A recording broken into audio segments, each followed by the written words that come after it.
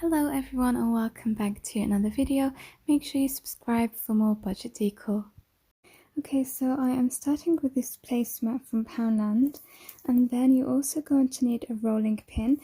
But what you want to do with your rolling pin is cut off the bottoms. So this is on either side of your rolling pin, and you're just going to cut them, but you're going to need 2 in total so that you have 4 legs. So we're just going to remove the packaging and get started.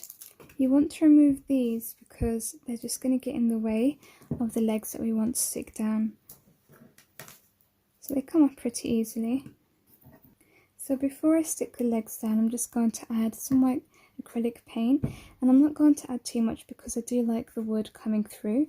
So what I do is I just take a baby wipe and I just kind of like smudge it on. You'll see it's quite light doing it that way.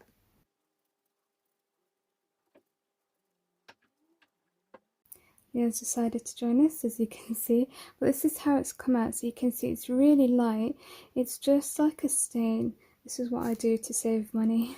So now I'm just going to take my hot glue to add the legs on, but I do recommend using something strong because this is quite heavy. So you want to use like an E6000 or a super glue. I'm just doing this because it's quick for the project and just in case I want to use the legs for another DIY.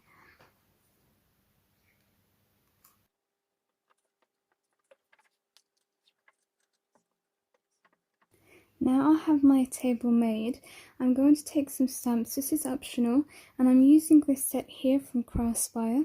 The link will be in the description box. I really love these because they're quite like lacy, like shabby chic, and I do like shabby chic.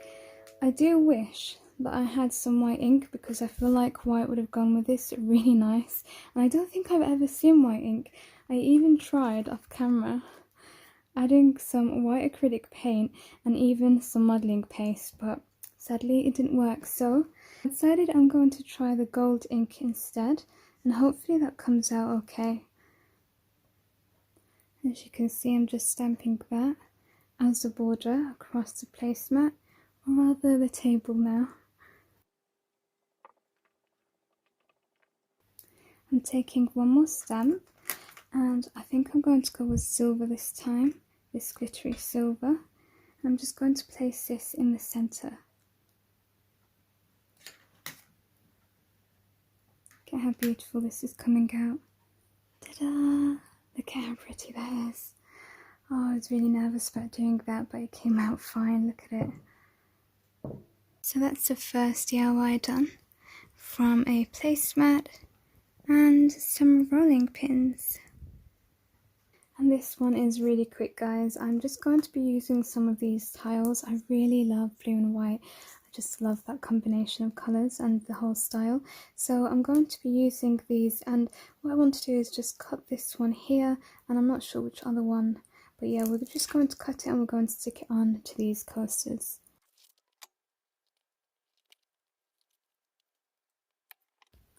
This is optional. I'm just taking my blue ink and going over the corners or the border of these coasters to match the blue on these tiles.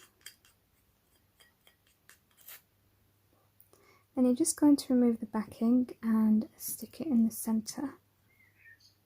And then I'm just doing the same with the second one, taking my ink and then I'm going to cut and just stick it on.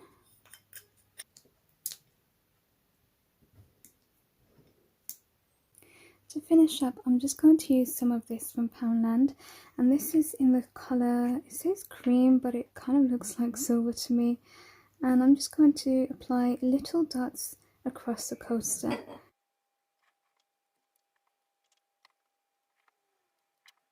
So this is what the finished coasters look like. I'm really happy with them, and I think they make wonderful gifts as well as something to make and sell.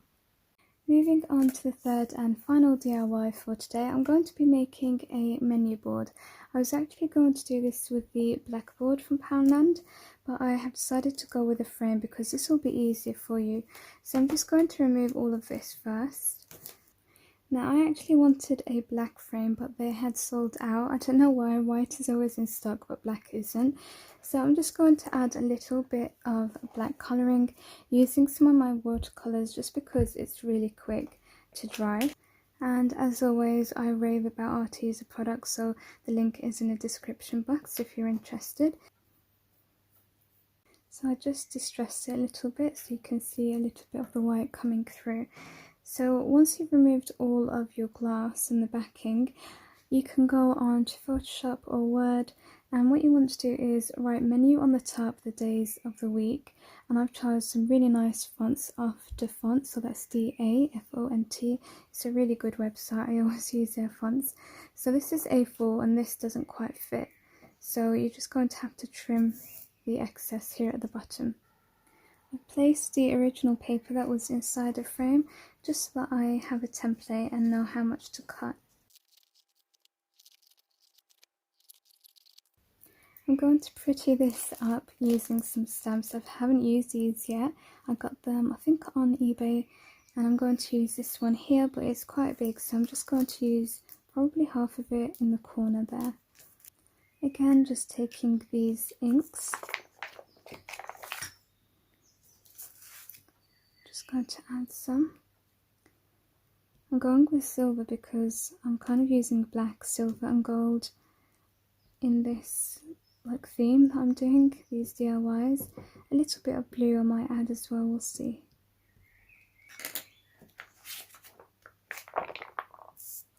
Position it where you like.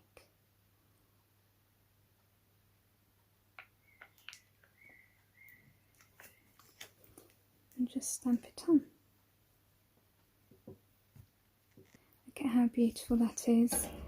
It looks faded, which I really like. I didn't want it to be like strong or bold, and I think I'm just going to add a little on that corner as well.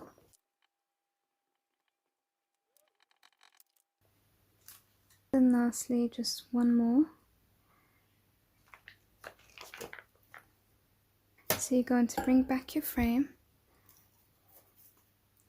and then place your glass inside, and then your menu and the back of the frame.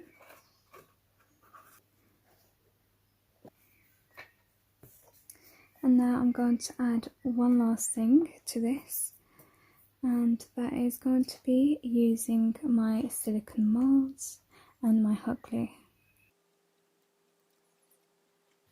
So I left that to set for probably 2 minutes, and this is how it is. I'm just going to clean it up because you can see there's a little bit that needs cleaning, so I've got my little scissors to do that. I'm just going to paint it using some of this gold paint.